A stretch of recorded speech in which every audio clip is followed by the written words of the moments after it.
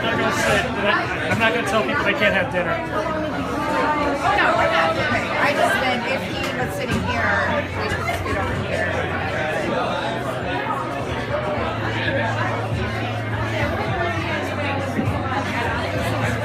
I just didn't get here in time to like pull these tables out.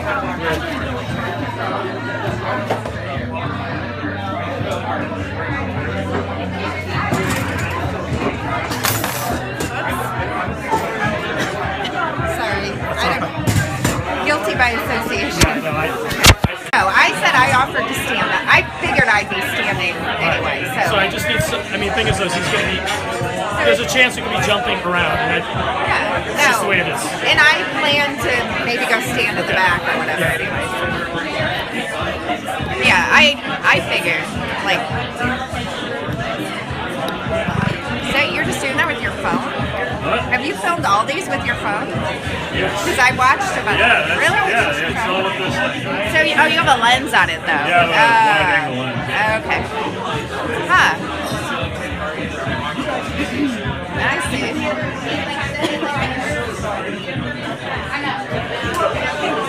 So, how much storage do you have on your phone? You have to empty it after a... It's streaming directly to YouTube. Oh, you're not... It is recording to my phone.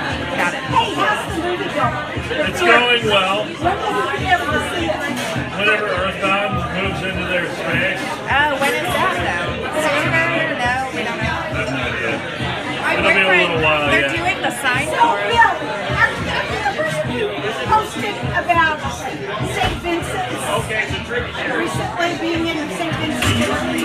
Okay, never mind. I don't know where I put that cable you handed me. Which one? Whoops. I may have grabbed it. I grabbed a bunch of cords. Oh, you may have taken it upstairs. The old yard sale.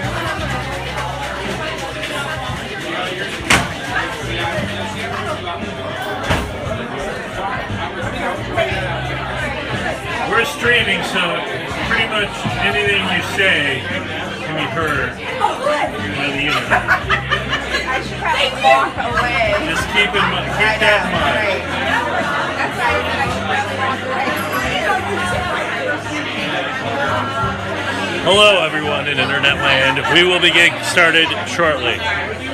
Thank you. Oh, I found it.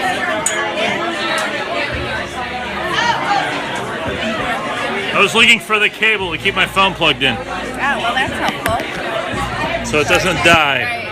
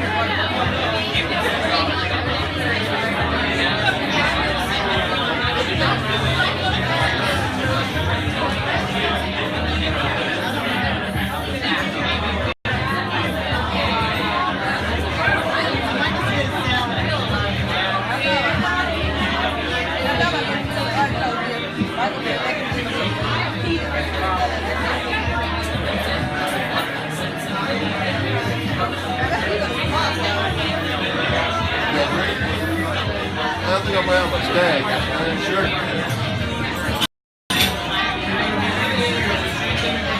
Yeah, I'll taste it. Good chicken.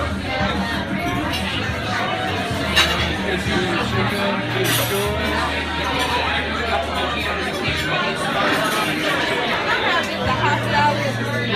Large or small? Small.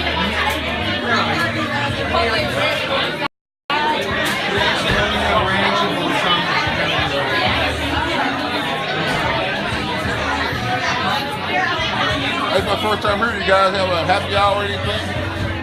No? We don't have a happy hour. Every hour the philosophy would be every hour is happy hour. That's right. Can I have the vinaigrette on the side? Not the vinaigrette on the side.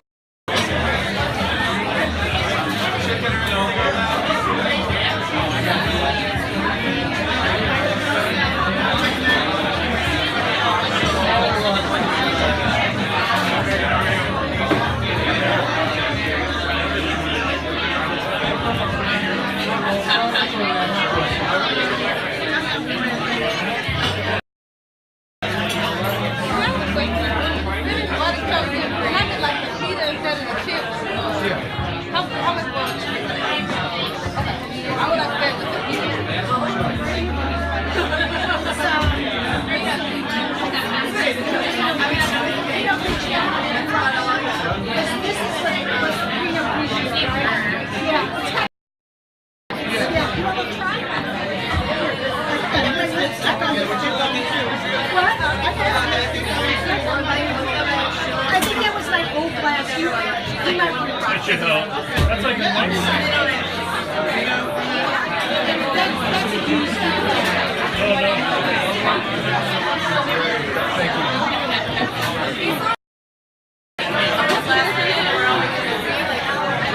carabiner stuff like tomorrow, dude. Like,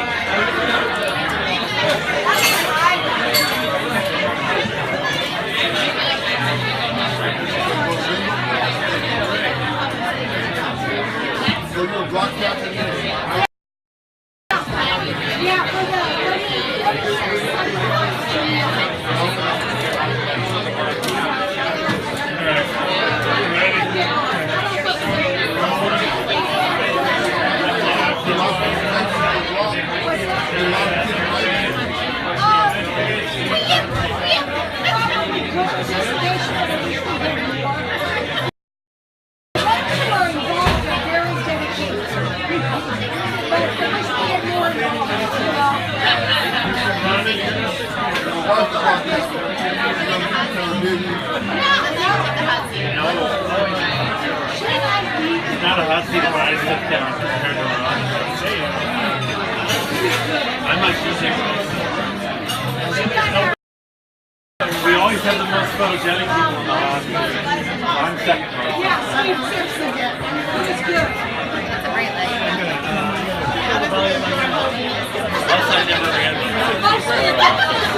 You're more of an Maybe the only one on stage. You want to start?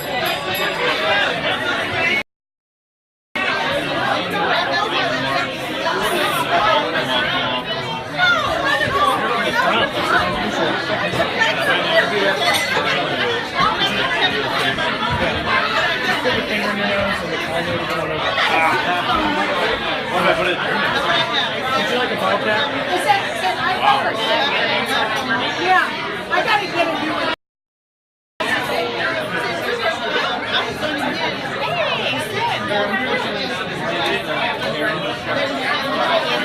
Shall I do a 3-minute warning for The stocking that I worked with. Okay, we have a 2-minute warning for the start of this thing. So, 2 minutes, Jennifer. 2 minutes, Megan.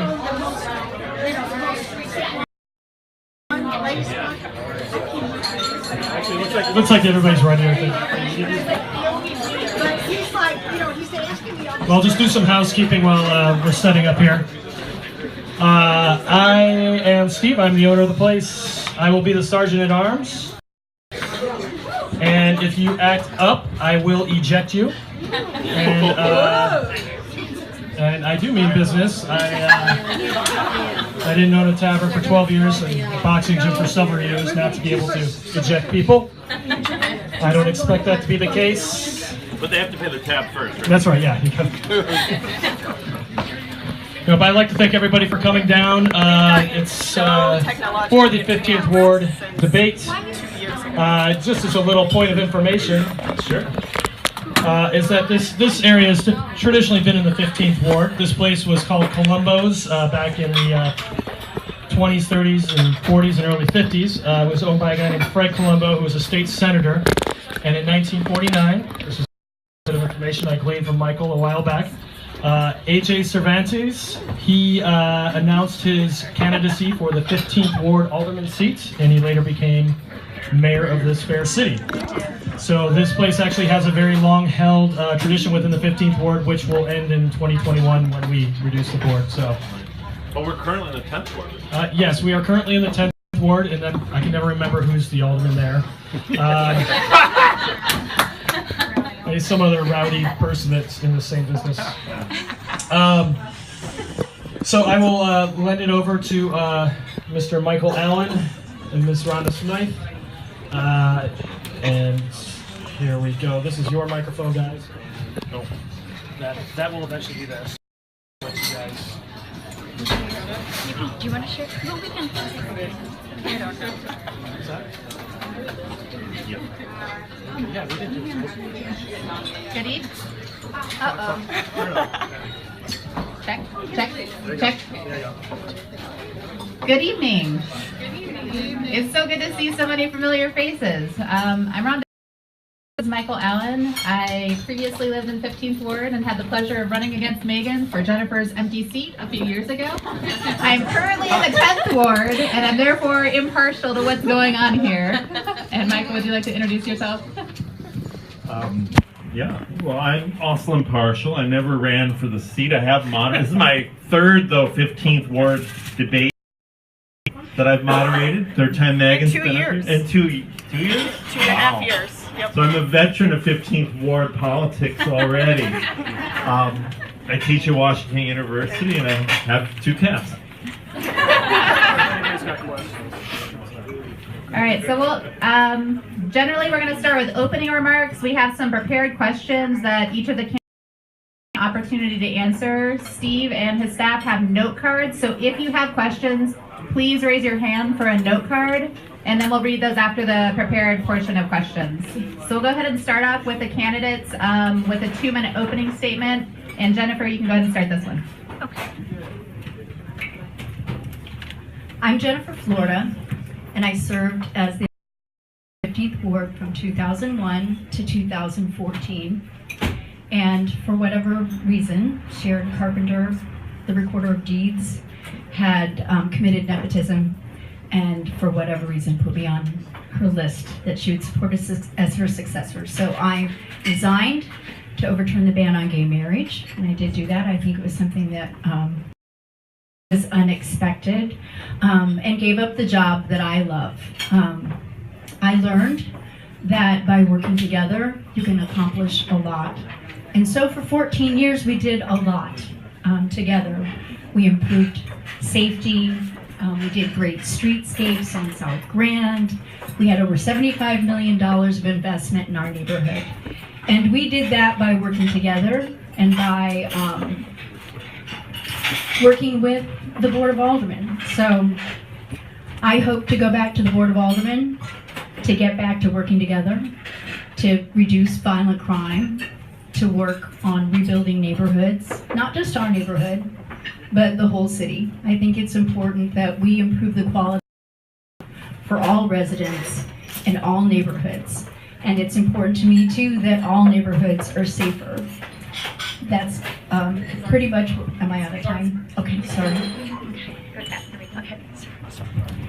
Thank you. I am Megan-Ellyia Green, and I have had the honor of representing the 15th Ward for the last 2.5 years.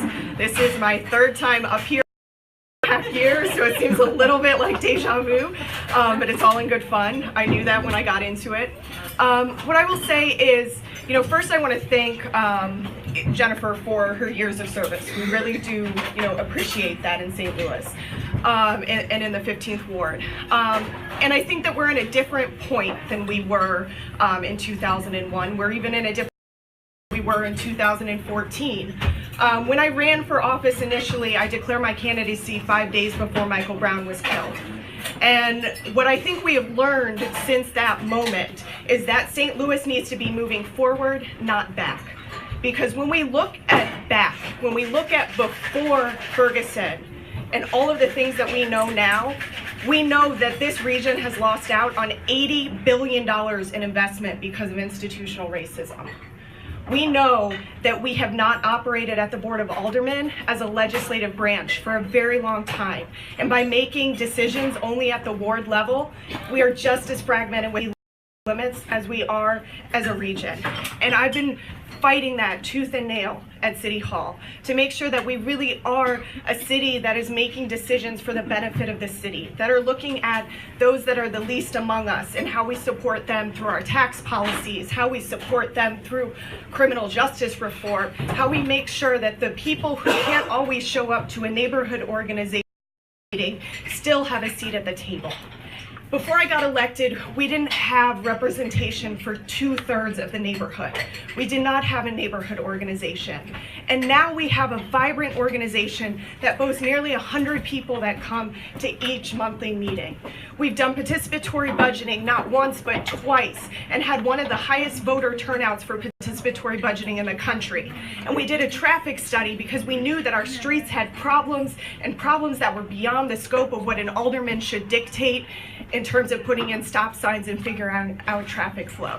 So I've taken a higher level approach, a strategic approach to the job, and a lot of other aldermen at the board have followed suit and implementing a lot of the same things that we've started doing in the 15th Ward and other wards. Just ask for your continued support so we can keep doing participatory budgeting, we can keep increasing resident engagement, and we can keep passing citywide policy that works for everyone. All right. Well, thank you. I forgot to ask our usual Royale House question to the audience. Now you've heard the opening remarks and you might be swayed. Is anyone undecided? Are you ready? No. Wow. All right. Okay. Well, I guess that leaves me and Rhonda and Steve as neutral parties. Let's YouTube this. Well, okay, just let's try to be civil.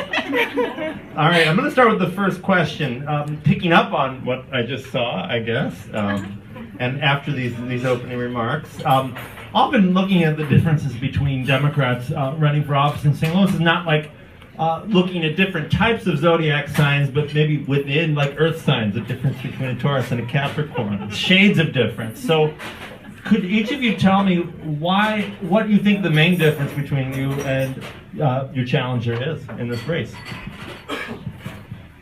Do you want me to go first? Megan, do you want to go first? I went first the last time. I think that there are two main differences between my opponent and I, actually probably three. I think the first one is in looking at what the role of the alderman is.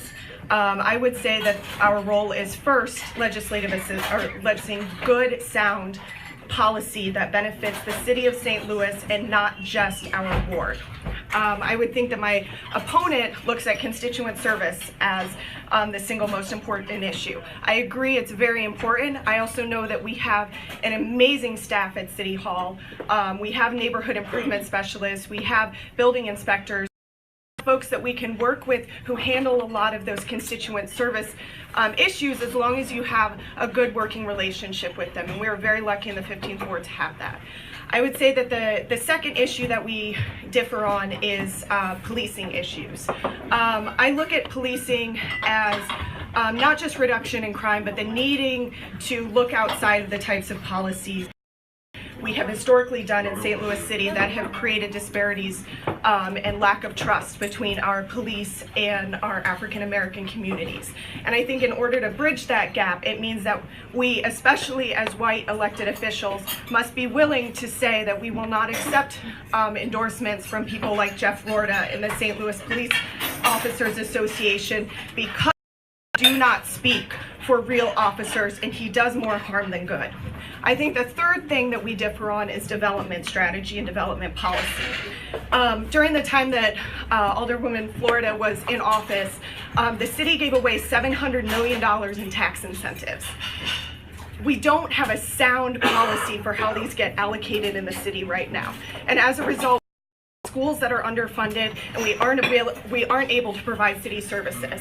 I've been calling for a citywide plan. I haven't been afraid to vote no on a lot of these projects that are nothing but giving big handouts to wealthy developers and are making it a lot harder for us to do the constituent level services. Thanks, Megan. I feel like our biggest, starkest difference is because we're both very liberal.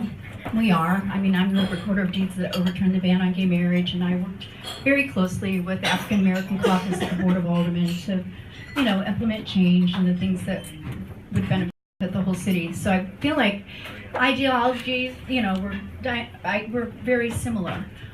Our biggest contrast is just our work style. I believe in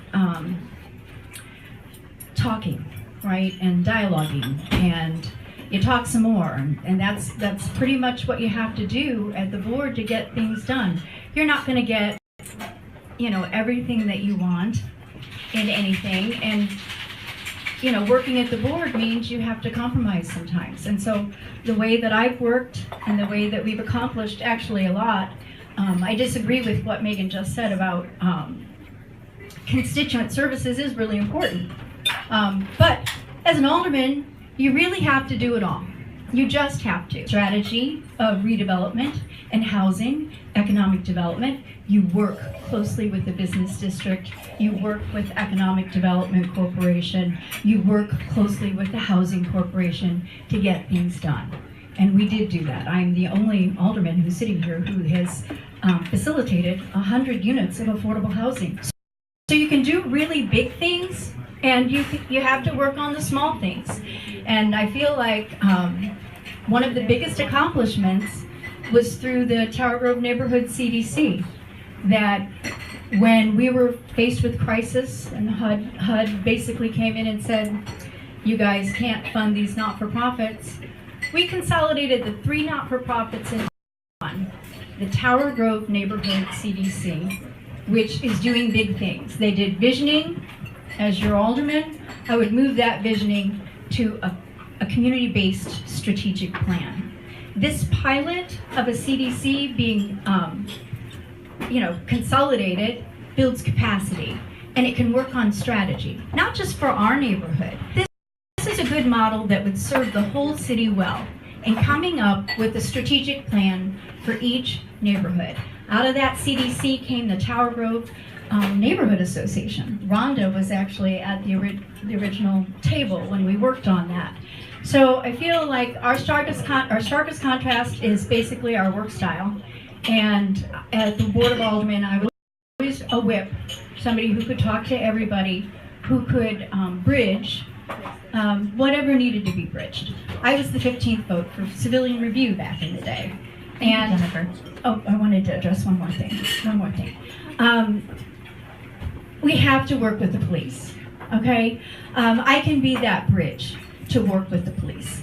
The endorsement of LPOA this shouldn't be about Jeff Wardo. What he did was absolutely appalling and horrible, right? Just horrible. It's not what we need right now. We need to find a way to work together and to bridge whatever the differences are. Thank you. And for future, the remaining questions, we're going to give you each 2 minutes because we already have a lot of questions coming from the audience and we want to cover a broad range of topics. So to follow up on the constituent services question, the next question is, how could city agencies be more efficient in providing services so alderwomen such as yourselves could spend more time legislating? Oh, do you want me to go first? We, the Board of Aldermen, passed a bill that allowed for you on charter reform. So we're going to be reducing the Board of Aldermen in 2021 to 14. And our hope was that we would get greater technical support. So there's the basic bones, your neighborhood improvement specialist, the city departments, we have CSB. So I think we have what it takes to provide strong, citizen services. But there are times when you need to be an advocate, and for whatever reason you're not able to get your service. That would be the time when an alderman would step in. Thank you. So something that I've been working with a number of aldermen, and we're hoping to have legislation ready on this when we get back at the end of April, is actually moving the neighborhood improvement specialists under the Board of Aldermen. And we're doing that for a couple of reasons. The job of the NIS is to really help with a lot of these constituent issues. Right now, though, the aldermen have little or no control in employee evaluations and hiring and firing, and very little say over the day-to-day job duties of a position that really impacts our job quite a lot. When you look at other cities, when you look at Indianapolis or Nashville or Chicago, all of them have dedicated constituent service folks that report directly to their city council member or their aldermanic official. This is something we need to be bringing to St. Louis. And I think that we can do that by moving that division under the Board of Aldermen, which will then create a better line of communication between the board and the executive branch, which controls the allocation of city services. I think within the different departments, we also need better customer service. A lot of times, the most frustrating thing I get from constituents is that they've called some department 3 or 4 times and not had a very friendly interaction with that department. And I think that that's a cultural, citywide issue that we need to address. And then I think that once we downsize the board, that hopefully not only do we have that constituent service piece, but we also have a legislative aide or a legislative researcher that can be under us, as that is also a very common position to see in other cities. All right. Following up on the Board of Aldermen, I once lived in the 8th Ward, and I attended an 8th Ward Democrats meeting when my alderman basically gave the whole room every reason in the world not to support North Side regeneration, then closed by saying, but that's in the 5th Ward, so I'll vote for it. That's what aldermanic courtesy is at its root, right? That's the caricature of it. The Board of Aldermen is the deliberative body for the entire city. An issue like Paul McKee's North Side regeneration, or an issue like closing a street downtown, or anywhere in the city, actually could be seen as a citywide matter. And there's a philosophical difference. I'm not trying to hang my past alderman up as an example, because that's just his way of seeing the world. Other people have a different way. And I wonder, of these two candidates, what do you think is the role of the alderman to vote on issues from a citywide perspective, or on this idea of, well, that's in a different ward and I need that vote for things in my ward, so we're going to trade off and continue this tradition of courtesy? So the focus of my campaign, our hashtag, has been local focus big picture. And it's because I think that too often we lose sight of the big picture at the Board of Aldermen. I haven't been afraid to vote against my colleagues. And actually there's a growing number of us who have. Ballpark Village only passed by one vote, which was really not something that would have happened 2 years ago when I got to the board.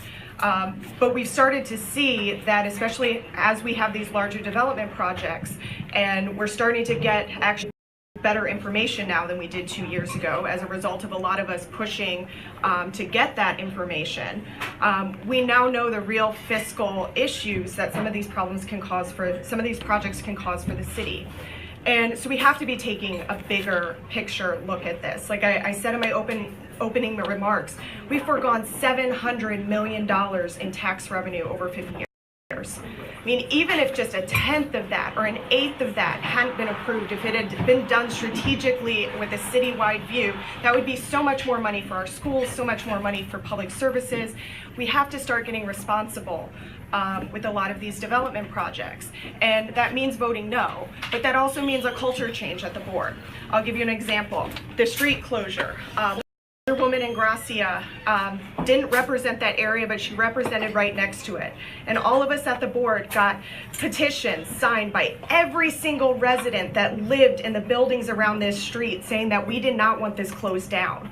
And so 9 of us stood up and said, we're not okay with this. None of the residents there want this. Only the developer wants this. And that next week, Alderwoman Gracia had her bills pulled, and they wouldn't hear them, and they tried to kill them, because she was willing to speak out for other folks who felt like they weren't having their voice heard by their aldermen. We've got to get past the pettiness. We can't be saying, you know, I'm going to punish you because you weren't with me on this. We've got to look at each issue for its public policy merits and for what it does for the city, whether it helps it or hurts it, and make a decision from there.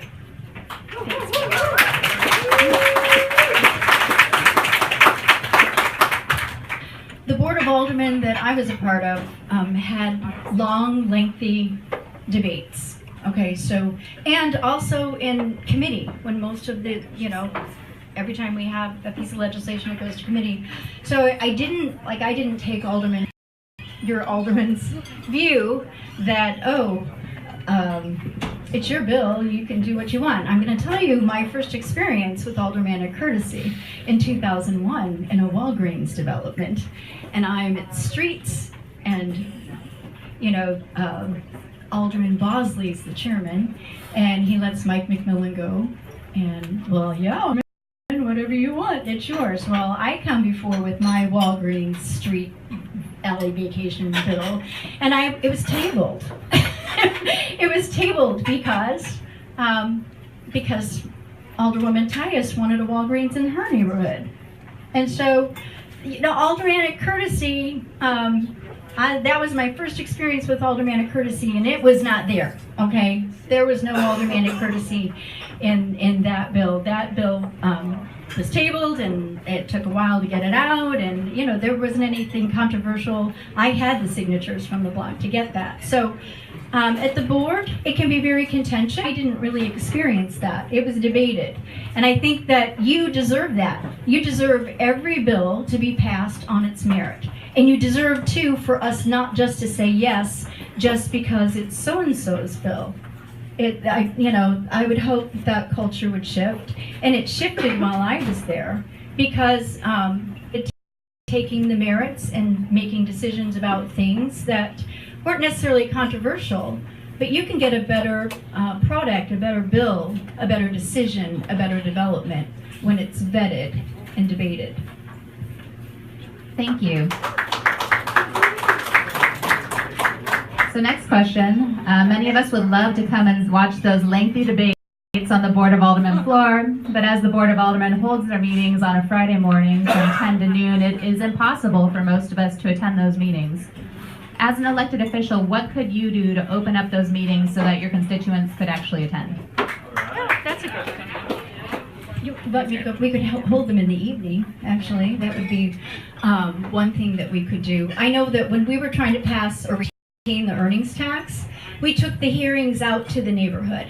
And so we had roving committee hearings.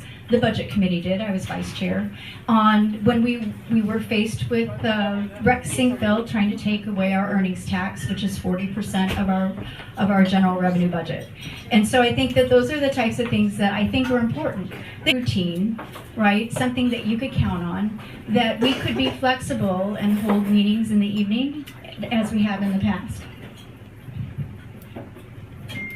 I agree with the evening meetings, and we have done that for a number of issues. We did that for civilian oversight. We did that for minimum wage. A lot of times when there are these more, high-profile or contentious bills, we do that.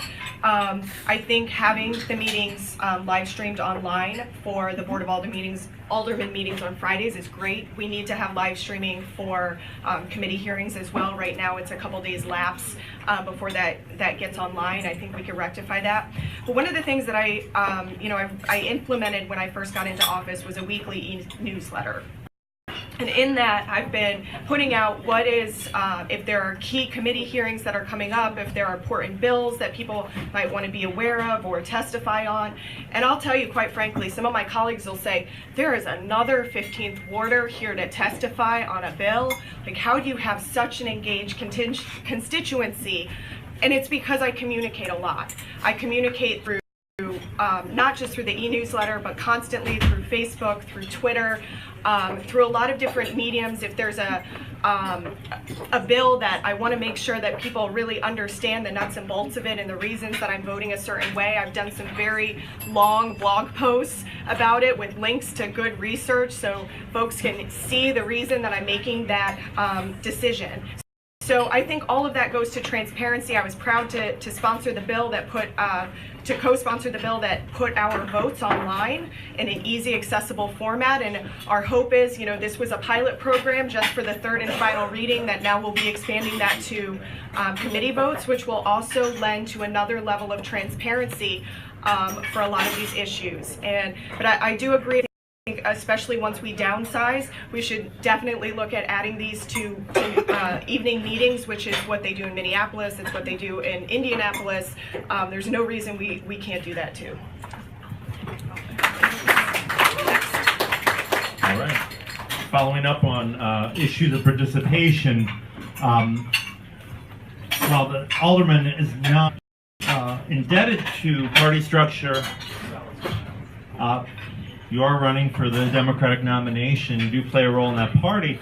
That party has a central committee, and one of the roles of that central committee traditionally has been to get out the vote, to encourage more voter turnout in a heavily Democratic city. What is something you plan to do if you win this election to increase overall voter participation in the 15th Ward? So I'll say when I took office, we were about middle of the pack in terms of voter mobilization. And I've been proud to see that under my tenure, we've become one of the top 5 highest voting wards normally on a pretty regularly occurring basis. And the reason for that is because I don't just knock doors for myself. I have, over the 2 years that I've been in office, I've pretty much continually knocked doors. And I've knocked doors for every single Democrat that's been running to get the vote out and to talk to people on their porches about the elections. And then I hear a lot of constituent concerns when I'm having those conversations on people's front porches. And those are things that we need to continue to do, but we also need to be building relationships at higher levels in the Democratic Party so that we have the resources we need at the local level to really engage voters. So I'm proud that I was elected to sit on the Democratic National Committee for the next 4 years and represent Missouri. And I also am vice chair of the Platform Committee for the Missouri State Democratic Party. So in those positions, I've been able to get access to relationships and to resources from not just across the state, but across the nation that we will eventually be able to leverage, bring back to St. Louis, and make sure that as we are rebuilding the Democratic Party, St. Louis isn't forgotten, and we realize that we need help here getting out that Democratic vote.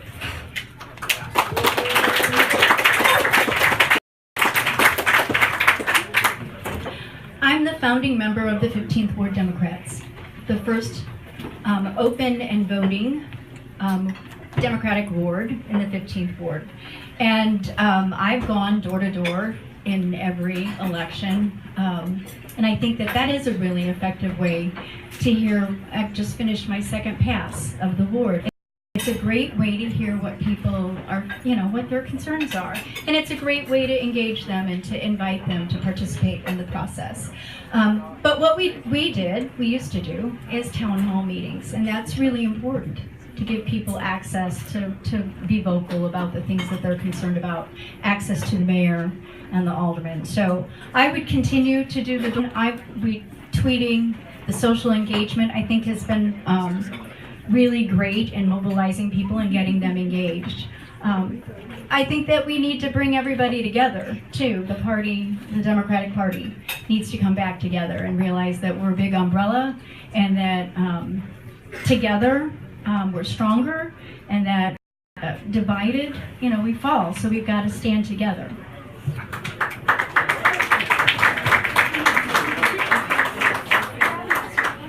Thank you.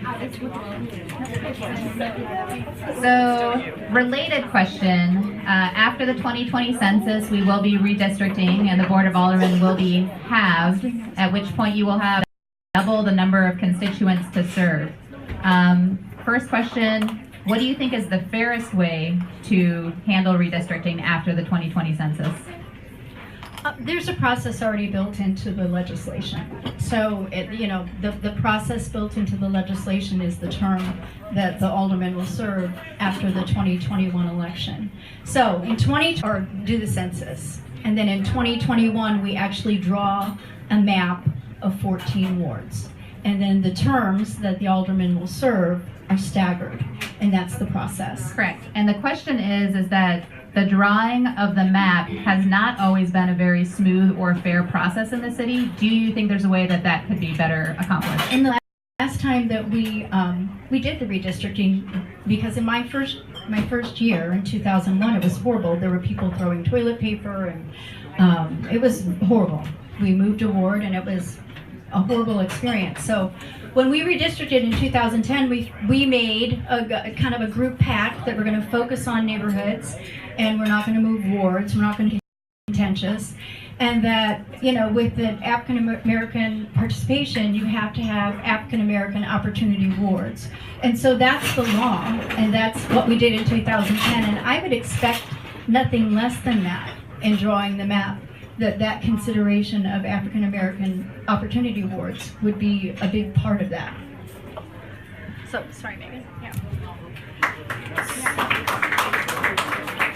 So I think that one of the most important things that the board is, I guess one of the biggest challenges we're going to face is redistricting. And because of that, I've been working with Alderwoman Ingracia and Alderman Kennedy and with the Brennan Center out of New York, the Brennan Center for Justice. They actually help cities design fair, equitable processes for doing their redistricting. And we've had many conversations with them, and they're interested in helping us design a process here that will integrate into it the recommendations of the Ferguson Commission, that'll integrate into it the recommendations of For Sake of All, to make sure that equity is the centerpiece of this. And what that has looked in other cities is creating citizen-led commissions to draw the lines. And it would be something very similar to the districts that we set up for the Civilian Oversight Board, where you might have 4 different wards that come together and elect a citizen to represent them from that area, and then that board will travel around the city and listen to constituents and what they want from redistricting, what they want these boundaries, and take that information back and use that as the plan for the board to follow in doing redistricting. And then if we don't follow that, we should be held accountable at the ballot box, because this has to be a citizen-led process. That's the only way that I think it's going to be a really fair and equitable process.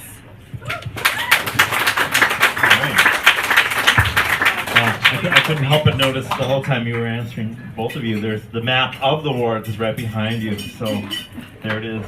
Beautiful. The 7th ward has this thing, it looks like a little middle finger that stretches all the way out.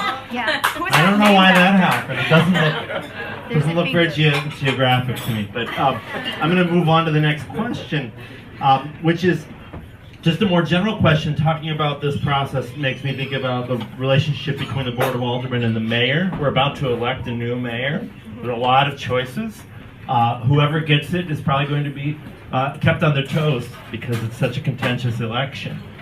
What is the role of the alderman of the 15th Ward in holding the mayor accountable?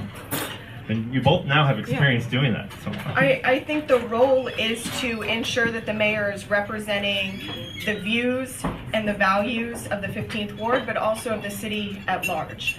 And so it's okay to disagree with the mayor. We should be disagreeing with the mayor if we don't think that that mayor is adhering to the policies or the practices or the values of our community. There's a reason we have a legislative branch and an executive branch, and it's for balance of power. And the role of the legislative branch can and should be to push back on the mayor, to question the mayor, to vet the mayor and their policies. What I've seen too frequently at the board is that we get policies by the mayor's office and we just pass them through. But I think a lot of that happens because we don't have good staffing at the board to be a high quality functioning board of aldermen. We need those legislative researchers, we need the constituent service representatives so that we really can have a good relationship with the mayor, but also have that of powers and that ability to do internal financial statements without having to rely on the mayor's office and their financial numbers. I'll tell you, for a lot of these development deals, I end up having to go to researchers at WashU or other institutions and ask them to look at these financial statements, to do a financial analysis for us, because we don't have that staffing at the board. And then if my numbers, if they're different from the mayor, then I'm going to say that. And I think we should say that. That's the only way we have a well-functioning government, is if legislative branch is there to challenge the executive branch.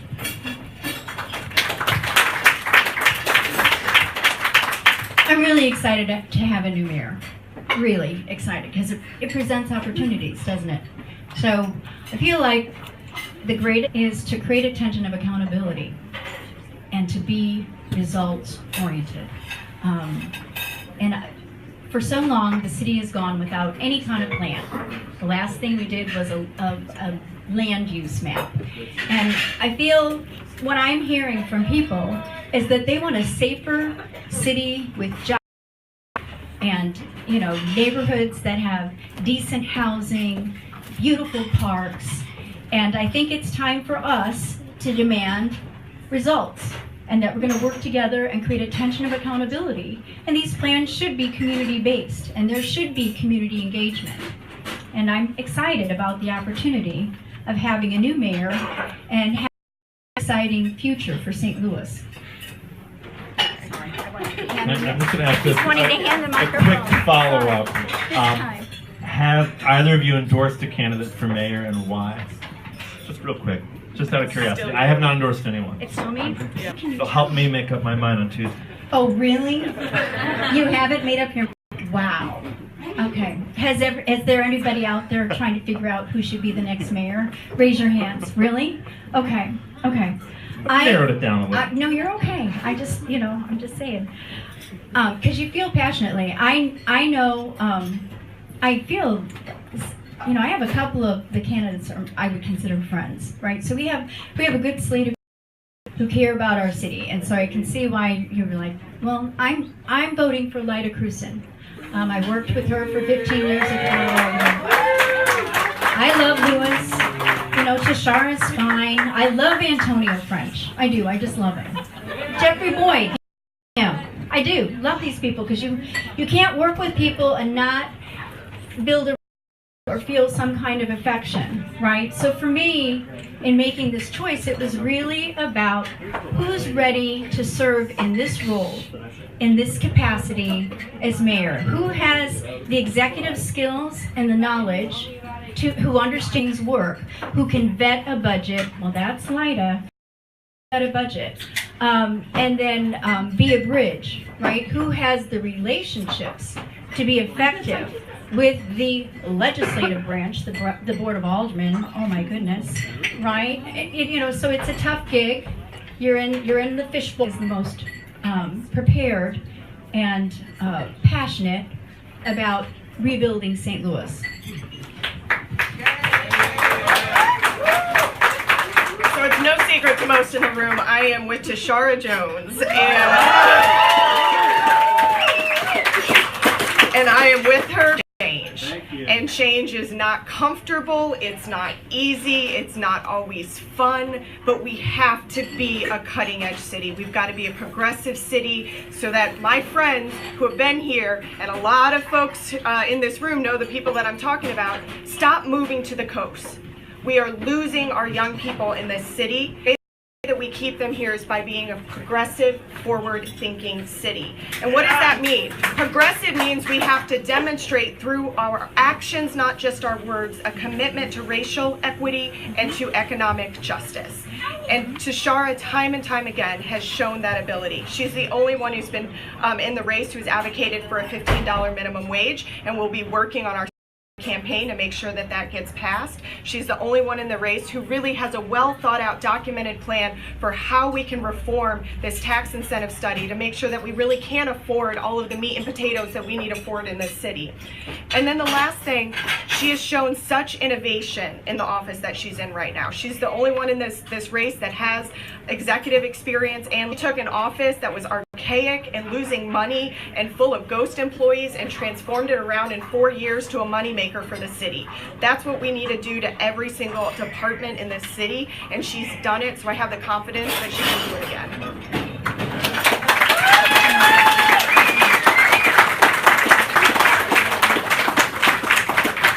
Did that help?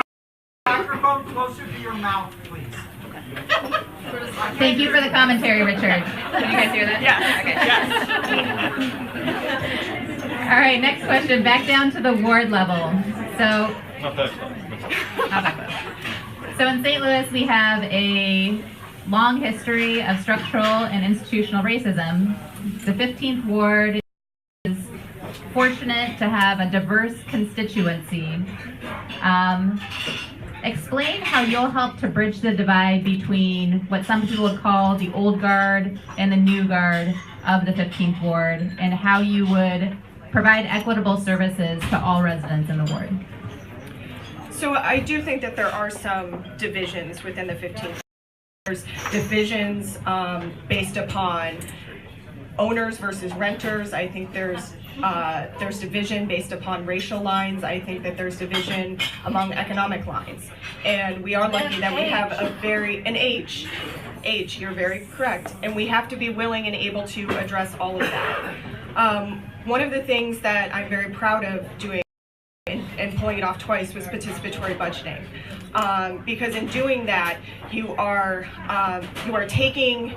asking folks directly for what their needs are, and you're doing it on their front porches, you're doing it through neighborhood assemblies, you're doing it through email surveys, you're doing it through surveys that you send in the mail. You're using all of these different mechanisms to contact people in whatever it is that they are most able to access. I think that's one major way. The second major way is working with the Community Development Corporation. And one of the things we've seen in the 15th Ward is we are, and I know people don't like using this word, but we are gentrifying in some ways. And we have to be cognizant of that. So I've been working with the International Institute because Anna Crossland came to me and said, we can't afford to find rental properties in the 15th Ward anymore for immigrants and refugees. That's a problem. That is an integral part of our community. And so what we're doing right now is working with developers. We've been locating a couple of sites to figure out how we can ensure a housing development that is going to be equitable, that is going to allow that very, very an integral part of our community to still be able to stay there even as our housing values get higher and even as the number of rental properties decrease.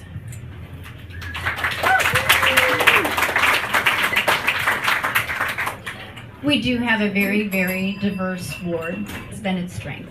I've lived pretty much in this area 30 years, and it's a beautiful experience because of the International Institute and St. Pius V outreach to immigrants and refugees. And I think think you have to meet people where they are. Not everybody, you know, I worked closely with Tower Grove Neighborhood CDC, and before that Grand Oak Hill. I pretty much just met people wherever they were. If you wanted me at a meeting, I was there. And I feel like one of the best approaches to bringing people together is really a block by block approach. I'd like to get back to that. Just meeting with the blocks, organizing block units, everybody up, because not everybody wants to come to a meeting. You can do the outreach, you can feel disappointed when not everybody shows up, but meetings, people have lives and they have family, and so I would consider going back to the just block unit, organize the block by block approach. For me, the area that the Tower Grove Neighborhood CDC has been spending most of its time, we call it the wedge now. It's a very fragile area that needs it needs some love, and so I'm gonna go back there and show the love like I've met with, we'll call it McKean, Cherokee, that people seem to like that attention where you're bringing them all together and you're working on their issues and you're listening to them and you're listening to what they want and what they want to see from government and what they want to see from the neighborhood. All right. Continue to send in your note cards. Steve, you have those, right? So a lot of them are coming in, but we still need more, I think. They're always great things to ask. We'll get to them tonight. Questions of diversity lead to issues of gentrification, which already came up, that word, the G word. Usually I'm the first one who has to use it at these events, so I appreciate that, Maggie. A public 2016 looked at the Shaw neighborhood and found that between 2000 and 2014, there was a 400% decrease in the number of Section 8 vouchers being used in that neighborhood, and pinpointed some of the changes on the number of tax abatement conversions of multifamily buildings to single-family homes.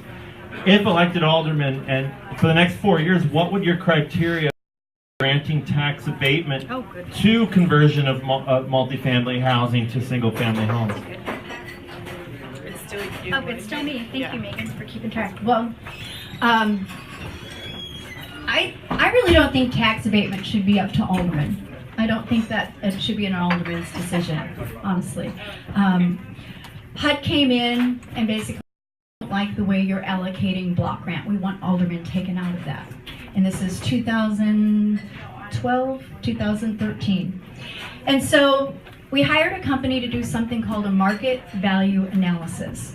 And that market value analysis is a very, bright color-coded map that anyone could just see where your neighborhoods are, where your fragile neighborhoods are.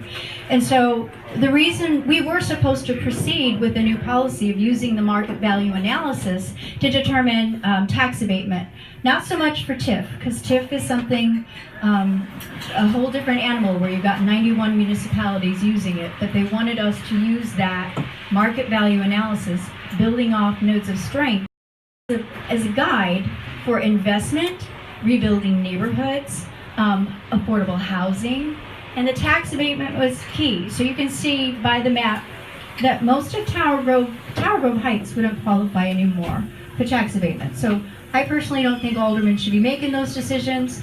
I think that you should meet the criteria or not, like that. And the social, the Economic Development Corporation could make that decision and that recommendation, like the LCRA makes that recommendation for tax abatement. So a couple of things on this front. I also agree, I don't think that aldermen should be issuing tax abatements. Especially think that they should not. So I was a little bit when I first got into office, and there hadn't been an alderman in for a number of months, and then I get in there and there's this huge stack of tax abatement proposals that's just sitting there for me. And I went to SLDC and I said, there are no financial statements attached to any of this. They wanted me to sign off on a letter of support. And I'm saying, how can I support this if there's no financial analysis attached? And we've seen that kind of decision making, unfortunately, time and time again. And so I don't think that aldermen should be making those decisions, but I also think that we need a better equipped SLDC, a better staffed SLDC to be able to do real financial analysis on these.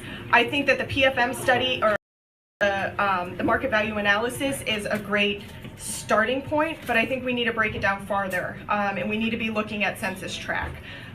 We also need to figure out what works for certain types of properties. So I've been working with a group of 15th Ward residents who are really concerned about this issue and are concerned about pricing out low-income folks for our neighborhood. And what we've done is take the recommendations from the PFM study, which was the study that the city commissioned for to look at how we use TIFs and tax abatements in the city, and it gave a level of criteria for us in saying that we shouldn't be subsidizing the conversions in areas where rents are getting higher than market rate. We shouldn't be subsidizing the two-family to single families under that same thing. We need to be using mixed housing models when we are looking at these development tools.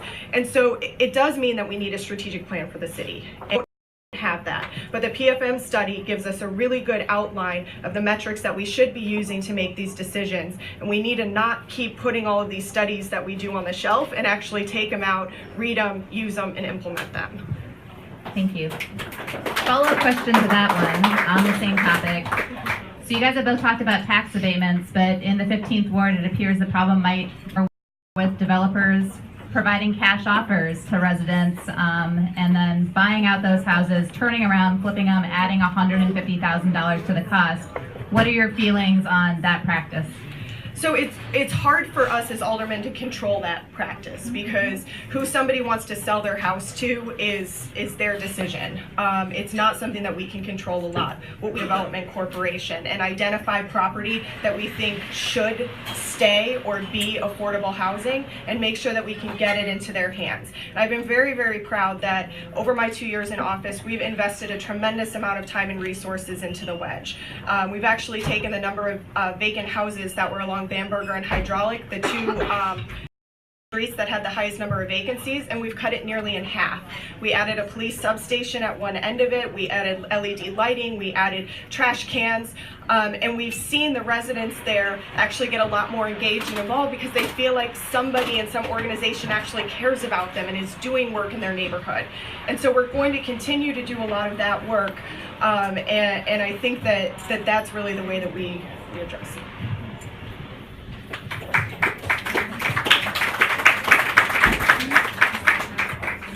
It is really difficult to get involved in a flip. So, especially with cash deals and the acquisition, I think those. Does it include tax abatement? Is that what did you say? Just how do you get in a flip and keep it out of the hands of? We were just wanting your perspective on knowing that this is a practice that's happening pretty regularly in your ward. If you had any feelings about it and what you would be able to do about it. I hate it. Yeah, I hate that. I hate it when somebody, grabs a property and then flips it. So in the past, we've worked with the Tower Grove Neighborhood CDC to identify all vacants and try to move them forward and get them into the hands of a responsible property owner. I would say that it's predatory and it happens all over the city, but because it's a free market and they're putting an offer on a property, that from a real estate perspective it's difficult. It is difficult. And then you're stuck sometimes with projects that are underwater, and then you're left with somebody foreclosing. So I hate it. Thank you. So this is another audience question. For previous reference, the old guard versus new guard question also came from the audience. So these are not my words. Okay. And I would also, it's become very clear by your questions that you guys are already pretty decided on the issues. If you could questions that we can ask both the elder people instead of specifically picking on one or the other, that would be useful to us. Thank you. So this question. Making you laugh, really? Both of you were arrested last year. Oh, yeah. Well, no, I was not arrested. Wait, I'll give you a chance to respond. This is just. Yeah. Green is still on probation for disrupting a Trump rally. Florida for assaulting a man in a custody dispute. How has your interaction with the criminal justice system impacted your policy? Oh, that's a good question. That's a good one. We can't with Megan first. Megan, are you first? Yeah.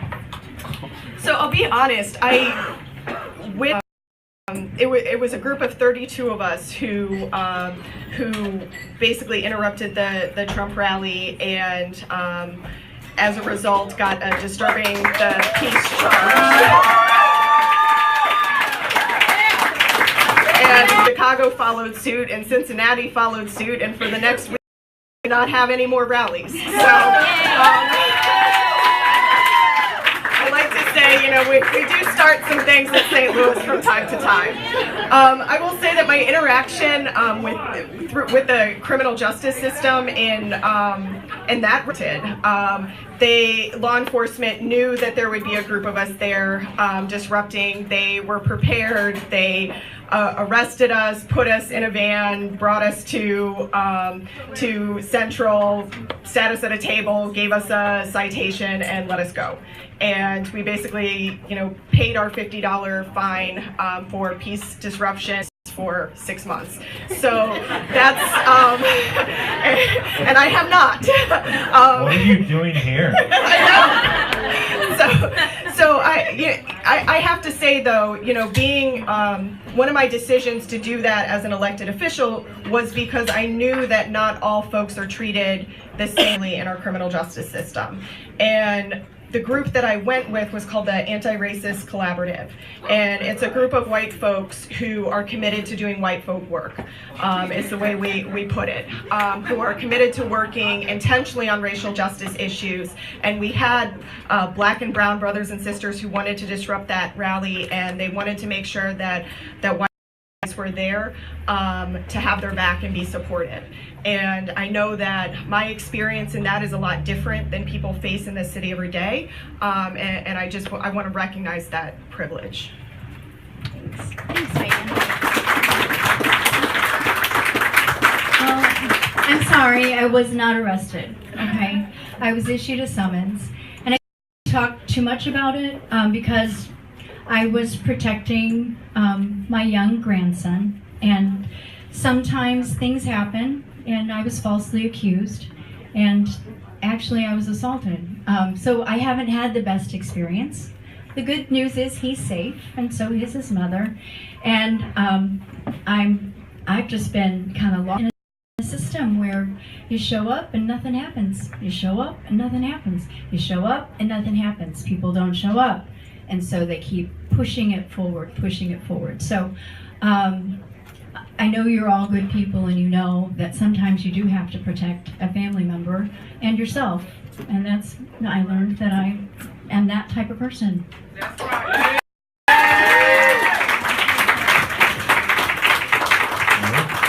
So, you're falsely accused. Somebody who did shove someone, and it's on video, is Jeff Florida. We know that. And he did that at the downtown in event. It's on video. There's multiple pages calling for his termination, his firing. He's done all kinds of insane things. He's probably the only union head in St. Louis that I know, or business manager, who's attracted this much attention, making the endorsement of the union itself almost toxic in St. Louis politics. I'm going to ask this because I've asked a lot of the mayoral candidates who have come here the same thing. Can you take the endorsement of the Police Officers Association and still distance yourself from Jeff Florida? Is that even at this point? Even Lyda Cruson seems to be backtracking from that position. I'll start. It's so hard, right? Because I can separate Jeff Florida from the St. Louis Police Association. He literally represents the union. I agree. It's reprehensible. It's absolutely reprehensible. But how can we work with our police officers? I mean, they're the first line, and we have to. And so they've hired Jeff Florida, right? Not me. And I can't change that. And I can say what Jeff did was horrible, despicable, not helpful, and how it makes it so much more difficult to do what we have to do, which is find a way to bridge and to work together for a safer city. In my neighborhood alone, crime is violent crime is up 65% year to date in violent crime. Our robberies last month were up 400%. Oh my Lord, the last time I ran in 2013, I said, crime is at a 3-year all-time low. What? So, I mean, this is something we do together. We make neighborhoods safer. Community works together to make it safer, and the police are a part of this equation. Holding them accountable, yes, but not the SLPOA.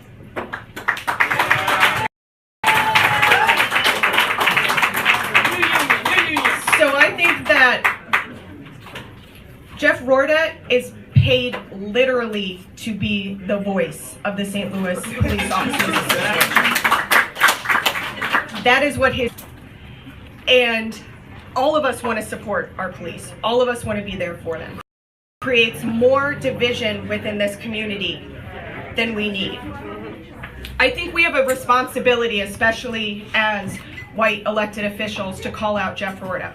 We've had a number of African American elected officials over the last year who have been calling for his resignation. Mayoral candidate dared to say that maybe he should not be employed by the POA, that the Post-Dispatch finally decided to cover it. It had been a year previous to that 2 other African American mayoral candidates had called for his firing or his resignation. We've got to get real about this issue. At conferences on public policy in other cities, and one of the first questions I get asked is if Jeff Florida really as bad as he comes across on TV. That is what people see about St. Louis when they turn on CNN and they turn on MSNBC. And that is not what we want St. Louis to be. That is not the vision that we have for this city, and that is not what we want people from other cities to be us. We have a national spotlight on us for race issues right now. And we need to get that focus back to really building real criminal justice system. So I am proud to have the endorsement of the Ethical Society of Police, because they've been doing the real work to bridge the gap between police and community. I've hosted a number of town hall forums with them where we talk frankly with community members and try to have these really difficult conversations about trust. And that's what we need to do, but it's not going to happen as long as Jeff Florida is there. And Jeff Florida is not going to be fired until the police union loses its credibility and ability to bargain. And they do not lose that ability until people like Jennifer and I are willing to sit down, and we're not going to talk with you, and we're not going to recognize you as the bargaining agent as long as that is who you have speaking for you. All right, I'm going to follow up. Thank you for those answers. Road is a hot topic, but in both of your answers, I hear a lot of other discontent with policing in the city. We have high crime, we have unfilled positions on the force, civilian oversight board, but things still aren't right. If elected, honestly, you do have very limited power over the police department and the Board of Aldermen, but what are 2 things you think should change in the next 4 years in the police department to make it more responsive to the 15th Ward? I think we need different leadership in the police department, and also as the public safety director, I think we need to be doing a national search to bring in somebody who is familiar with today's best practices in public safety. So what we've noticed with our current leadership is a willingness to do the same thing over and over and over again and expect different results. We've been doing hotspot policing for years. We've been using these mechanisms that aren't working, yet we're expecting different results. What we need to be doing is looking at things like focused deterrence, which in Kansas City, and it was actually started in Boston as the Boston Gun Project. David Kennedy is a world-renowned criminologist who came up with this model that bridges the gap with police and community services to really look at crime. So I worked with the circuit attorney, the former circuit attorney, Jennifer Joyce, and parole and probation, and Bruce Franks, and we all came able to get a pilot program of focused deterrence going in the city. But we could not get the police department to really truly engage and invest in the program. And it was really disheartening to a lot of us. We did one call-in where we brought in people who were at risk of committing crimes. We brought in all the social service agencies to try to get them the support we needed. We set people up with case managers and social workers.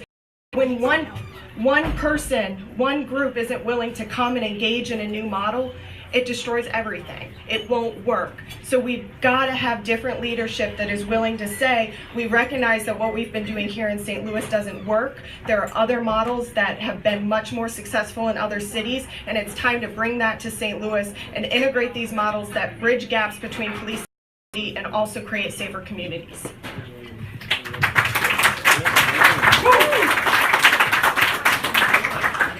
I think we need two approaches. We need a macro approach where we're putting more, we're going to need to put more police. That's what I'll call a 21st century force. They need more training. They need better tools. We need to invest in recreational programs for youth. We haven't been doing that. And we need alternative sentencing for nonviolent offenders, which is a justice issue, right? So you can see that to reduce crime, we have been applying some of the same approaches, but we haven't retooled or retrained a 21st century police force. I don't even know if, without new leadership, I agree with Megan on that, we're going to get a new director of public safety when we get a new mayor. And we should be committed as a community to a 21st century department that has the right tools and the right training to reduce crime and work with the community. We should look at different ways of approach and invest in our youth and social programs and make sure that not everybody's going to jail. And we have entirely too many people in jail. And that's not just in St. Louis, that's nationally.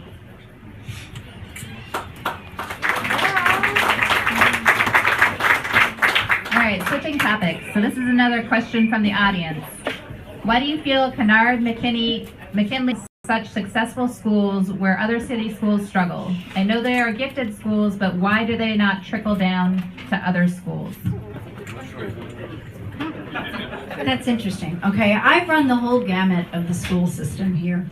I had children who graduated from public school and private school. And actually two that went to what we have in St. Louis is probably the best gifted program in the state. And for me, it was a fabulous experience, but it's not for everybody. And so it's really important that we have strong neighborhood schools. And we as a community fought to save Mann School from closing. Actually, it was late for closing, and it was just a couple of points short of being accredited. And now it is accredited, and it's fabulous. So the gifted program is kind of up here. You have to have a certain IQ to get in. It's not going to just trickle down to the other schools, but with turnaround principles like we had at Mann School, that's what was transformational for Mann. That's what met kids who had English as second, it's a higher rate of kids who with English as second language, and they had learning disabilities, and they were able to take that school with a turnaround principle, and it's now accredited, and it's a fabulous neighborhood school. Well, I think that that's completely to take that same approach of turnaround principles, making every St. Louis public school a great school. What they did that was helpful was to make sure that there were wraparound services, because 21% of our residents are in poverty, and they're transient, and they don't stay in one place, and kids are hungry, right? They don't have clothes. So for a St. Louisan, it's a little more complicated than just an IQ. And so we as a community can come together, because that's what I saw happened in Tower Grove. The community wrapped its arms around Mann School, and they made it better. And so we as a community need to wrap our arms around our school system and make it center to community. I see it as the potential to expand recreational programming. Why can't we get back to that, where we have recreational programming centered in our neighborhood schools so that kids have something to do right there in their neighborhood? It takes money. And when I'm elected, will fight to make sure that those times are budgeted.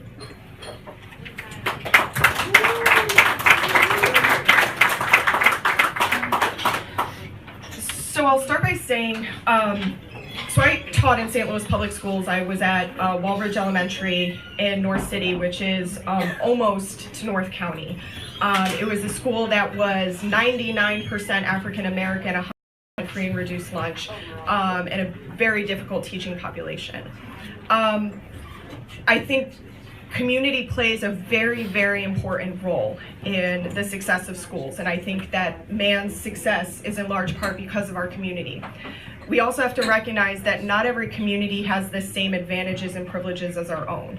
So when I taught at Walbridge, we didn't have high parental engagement, and it wasn't because those parents cared any less. It was because they were working 2 and 3 part-time jobs. It was because they couldn't make ends meet. It was because there were a lot of single family homes, or a grandma who's taking care of multiple generations of kids. There are a million different reasons that made it very difficult for families in the community surrounding that school to get involved in it. And it didn't mean that they didn't care. But what I also noticed, there was a lack of resources. And in St. Louis, we do things backwards sometimes. The schools like Metro and Kennard, they're wonderful schools, but we're giving the most resources to the kids that already have the most. And we're leaving schools like Walbridge Elementary behind. And what we need to do is, we don't have any direct control as a Board of Aldermen over the schools, but what we do control is a lot of their money. And we control that through our TIF and our tax abatement system. The PFM study that came out, of that $700 million in foregone tax revenue, $300 million of that would have gone to St. Louis Public Schools. So even just a fraction of being more responsible with our development, put more money in the schools, then maybe I wouldn't have had to share science equipment with 3 different schools and teach a lesson 3 months after I was supposed to teach it because we didn't have the science equipment on hand. So there's just a lot of issues like that. What we need to do is always be more fiscally responsible as a Board of Aldermen, so that we really are giving the resources to the schools that have the least and have the most challenging populations.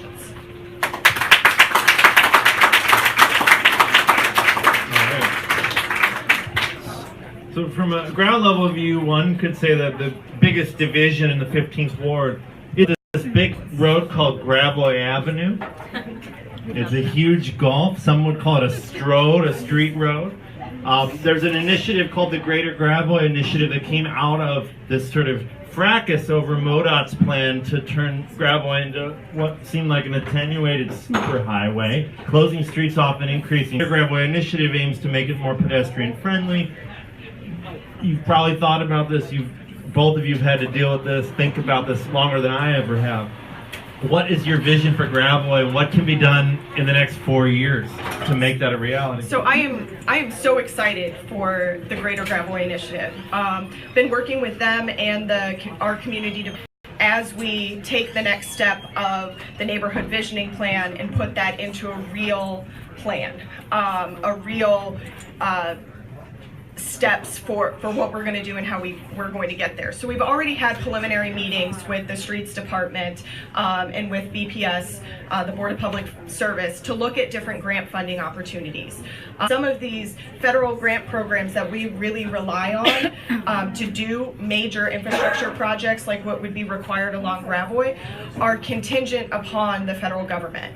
And what we don't know right now is there's a lot of uncertainty about whether these funding streams are still going to be there and whether they're still going to be in a way that we can use them for the projects we want to use them. And so, I talk a lot about how all politics is local. Well, everything is connected. And unfortunately, some of the changes that we're seeing at the federal level could slow down some of our ability to fund these projects at the local level. And I hate to say that, because I would love to see this project, done and implemented with mixed-use retail on the first floor and housing on the second. Some of the vacant areas along Gravois. I would love to see more pedestrian friendly, able to cross Gravois, so we don't have an entire section of our neighborhood that feels disconnected and cut off from the rest of the neighborhood. And I know that we will have that vision and that plan in place, but it may take some very creative financing to get it done. Do I get to wave my magic wand? Sure. No, really. I would run Metrolink right down the middle of Gravois. Seriously. I think that we need to work on basically making it more pedestrian friendly. But Grabway's challenges is that it's controlled by the state, and that's one super challenge. And so the state does what it wants to do. But I support the neighborhood visioning and then moving toward the community-based planning process. And then from that, because it's a connector, looking at ways to actually make it happen with funding. With the Great Streetscape on South Grand, we had over 900 people participate in that, in the shreds, and it helped us go through redesign, which at the, might have been contentious. We mocked it up, it worked, and then we leveraged capital funds for a $4 million grant. Now, the beauty of that was it was economic stimulus. We were shovel ready. It was 2007, and we are in different times. I don't know if the federal funds are going to be there, but we certainly can look for grants like we did on South Grand that fit the need. We didn't just get rain gardens. When we did the redesign, we intentionally looked at being sustainable. The whole idea of the Great Streetscape was really placemaking and positively impacting economic development, and we went green. And when we went green, we leveraged a DNR watershed quality to do all those rain gardens. So those are things that we can still do, and that was a Missouri grant that paid for that.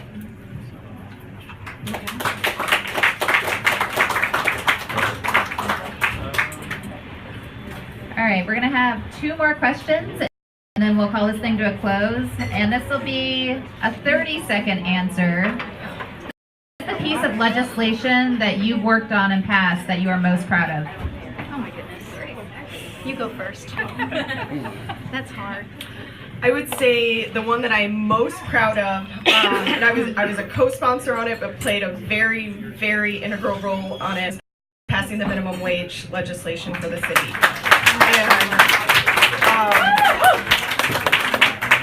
that piece of legislation, we were up against a very tight time frame. We were up against some very powerful interests in terms of the Restaurant Association in wanting to put the kibosh on this, and we persevered. And we had an alderman who tried to send it to a committee to die, and we had it in that committee with an alderman who decided not to hold any more hearings on it. And so we had to get creative and play with the rules to figure out how we could get this out of committee and how we could get it passed and how we could get, past a lot of these forces that were working against us. And so we got that passed. All right, 30 seconds. I'm just going to say, I'm very happy that the Missouri Supreme Court ruled with us yesterday and upheld the ordinance.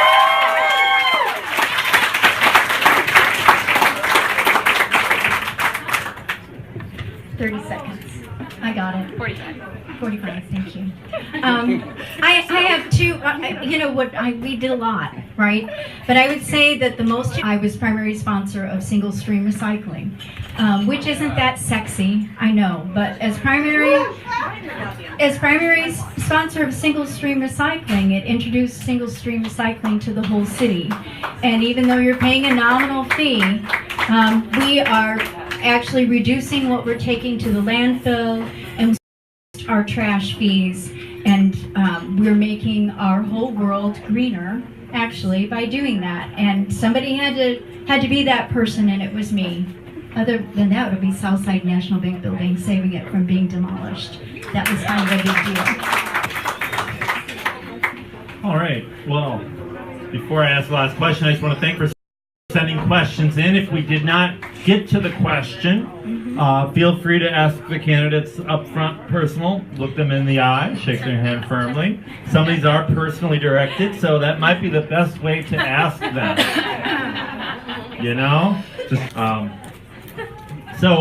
My last question is, it really ended, looking down at all the questions, we got to most of the things that I think Rhonda and I had thought about, but as Mark Twain said, you can't depend on your eyes when your imagination is out of focus, so maybe we missed something. So is there something we didn't talk about tonight that you think I'll take that as a no. We talked about a lot tonight. Good. All right, well then we'll give you each a minute for a closing statement. And we'll end this debate.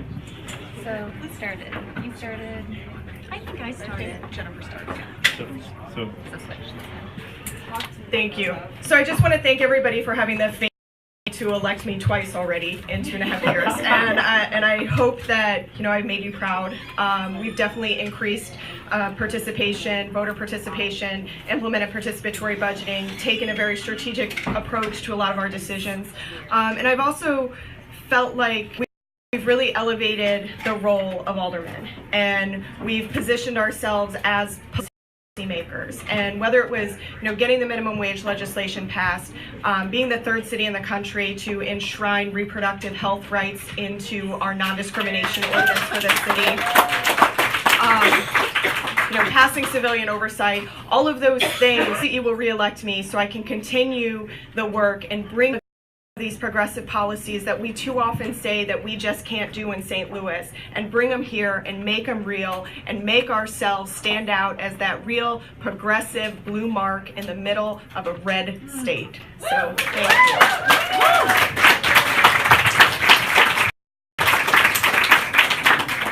I'd like to thank Steve for hosting this, and Rhonda for facilitating. Thank you, and all of you for coming out tonight. Thank you so much. Thank you for being engaged. Thank you for paying attention. Thank you for wanting us to answer all these questions, because that's wonderful. Your eyes aren't glazed over. This is really great. So thank you.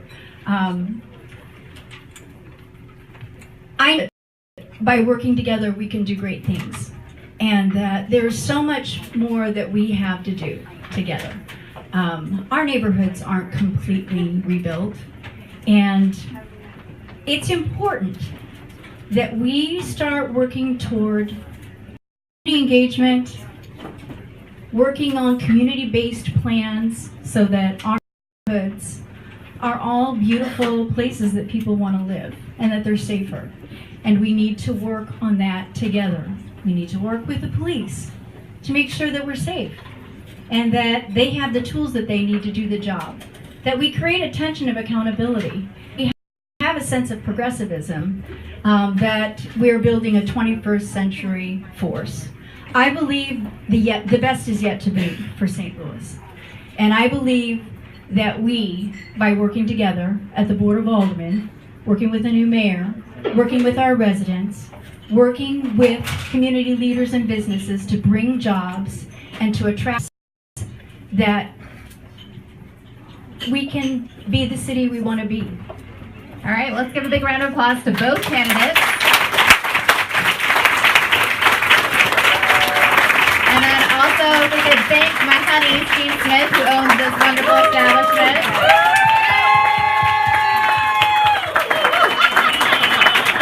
Can I ask, is anyone undecided now? No. Mine's changed. All right.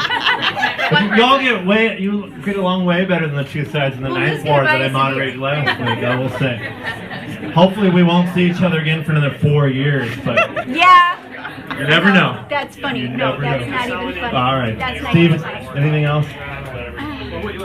Why are green beans off the menu?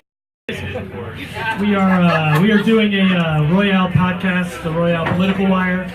I'll post it up online. Actually, we are going to go upstairs and record it now, just the moderators and such. But you can probably tweet us or text us and bother us if you want. So those will be posted online if you really are really bored. What should people do on Tuesday? Oh yeah, that's right. Go vote.